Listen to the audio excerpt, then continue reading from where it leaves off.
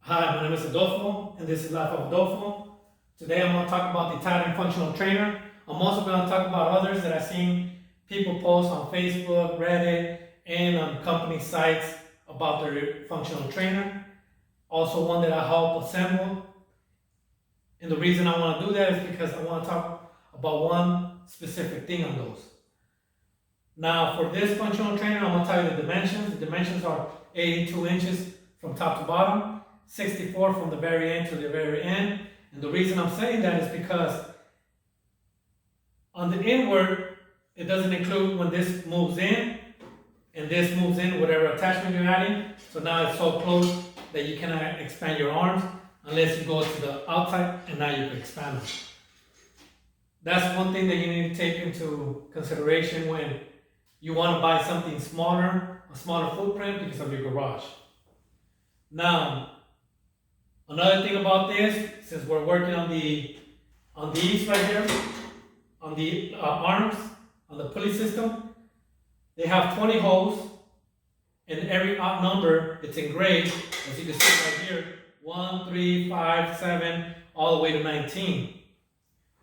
One of the reasons I assume it's engraved or the numbers are out there is so you can match this number to this number if you're trying to even them up, so you could do a certain exercise that requires both arms, both pulleys to be in the same level so you can do your exercise. On the top, for pull-ups, it has one on the front, nothing on the back. One thing that I want to talk about is it comes in 7 big pieces. And when I say 7 big pieces, I mean 1, 2, 3, 4, 5, and the 7th one is the top one. That's what I mean with 7 big pieces.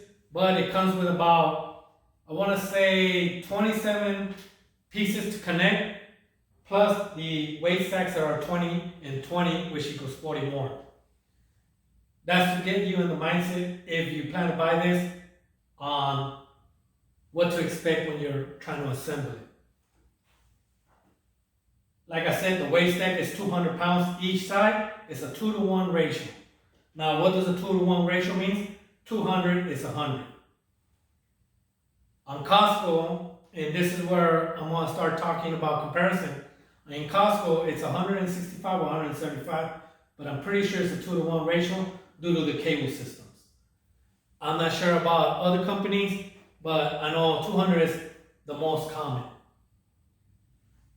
Now, other things that I want to talk about this little area is the safety rails. I know Precker, because like I told you, I help assemble. It's all the way to the top, all plastic except this little area, because you need to move the pin from whatever weight you're going to use. This one is in the bottom. I'm not sure if other ones have some, but I think this is good if you have kids and so on, because you don't want to be lifting weights and dropping them. Next thing you know, they're sticking their fingers in there. So a little safety rail on the bottom is good because this is where the weight drops. Like I said, Precker's all the way to the top. The stickers, they come in a little pack that you can connect them easily. This is one thing about assembly. I'm not talking about my review on if it's good or bad, okay?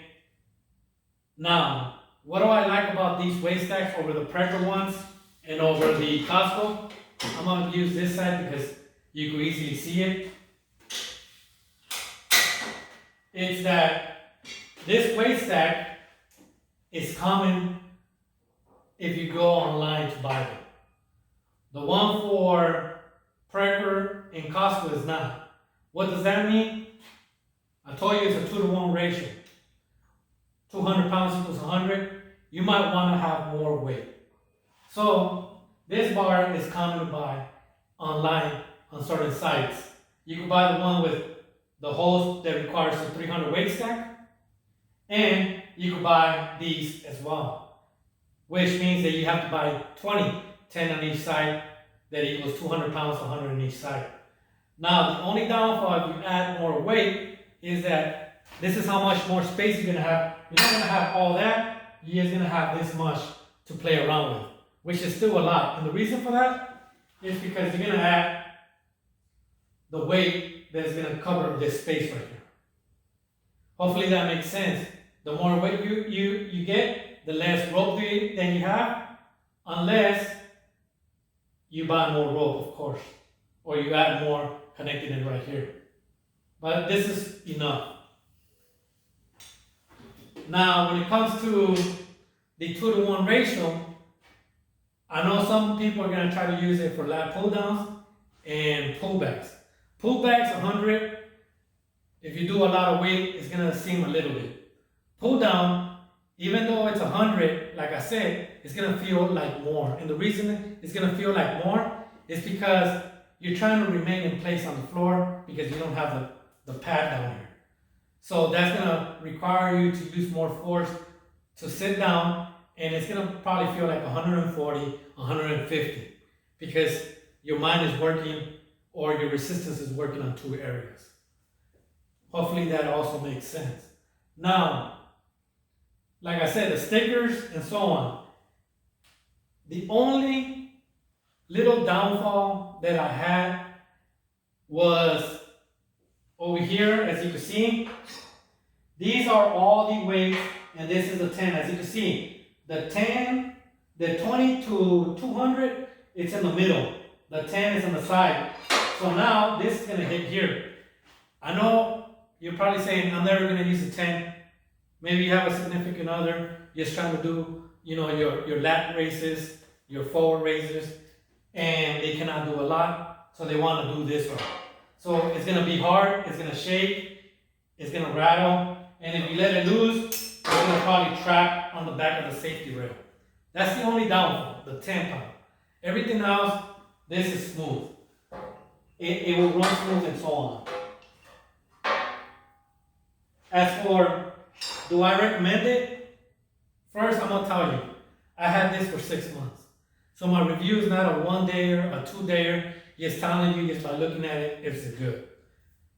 I used it for almost 6 months, my wife, and then there's someone else using it as well. No issues, besides the one that I told you that we just ignore now, because we don't use the 10 pound no more, 20 and above. So everything else is good. Smooth and everything. If it's not smooth, I noticed that a lot of people say put A1 and so on. The first thing I recommend you to do, because it happened when I assembled the Precker, is look at your cable if it's right inside the pulley. Okay? Another thing that you need to take into consideration if you plan to buy a lat pull down, and this is me telling you, a person that has only a car. Certain ones come assembled.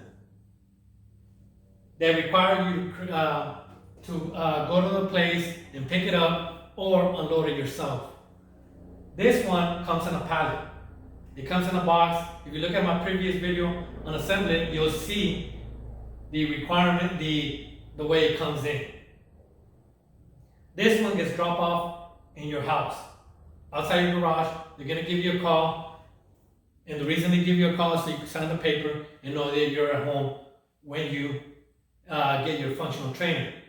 An example is the Rogue CT1, which is only one side of a functional trainer, or the LT1, basically Rogue. According to the reviews, if you look at the reviews, it says that you require to basically unload it or have something to unload it. And that's one key thing that I'm trying to basically say. Make sure that the item that you're gonna buy, you have the tools and everything to get it unloaded. For this one, you don't need to. They drop it off out there.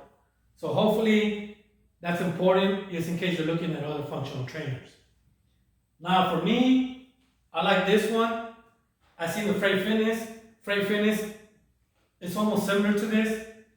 And the Rogue, it's a one slinger, but the weight stack is similar. And that's the thing that I was talking about earlier, that you could easily buy certain things of this one that you cannot buy for the Costco one and the Precker that is FTS something.